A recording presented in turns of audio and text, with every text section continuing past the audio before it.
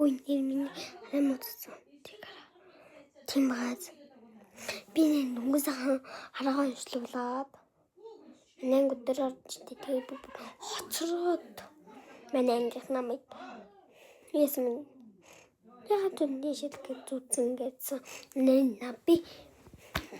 би надад энэ үдний шилжчихийг лайк захгүй гол юм ажуулдагаарэ. Баруун сарын 6-нд төсөөд iPhone болно. Одоо iPhone-уудаа хойно. Хойноос уулзж байгаа 9 сарын 1-нд болзъя. Намайг үздэг хүн байвал 9 сарын 1-нд болзъя. Коммент бичээрэй. Би хамгийн гоё юм штэ.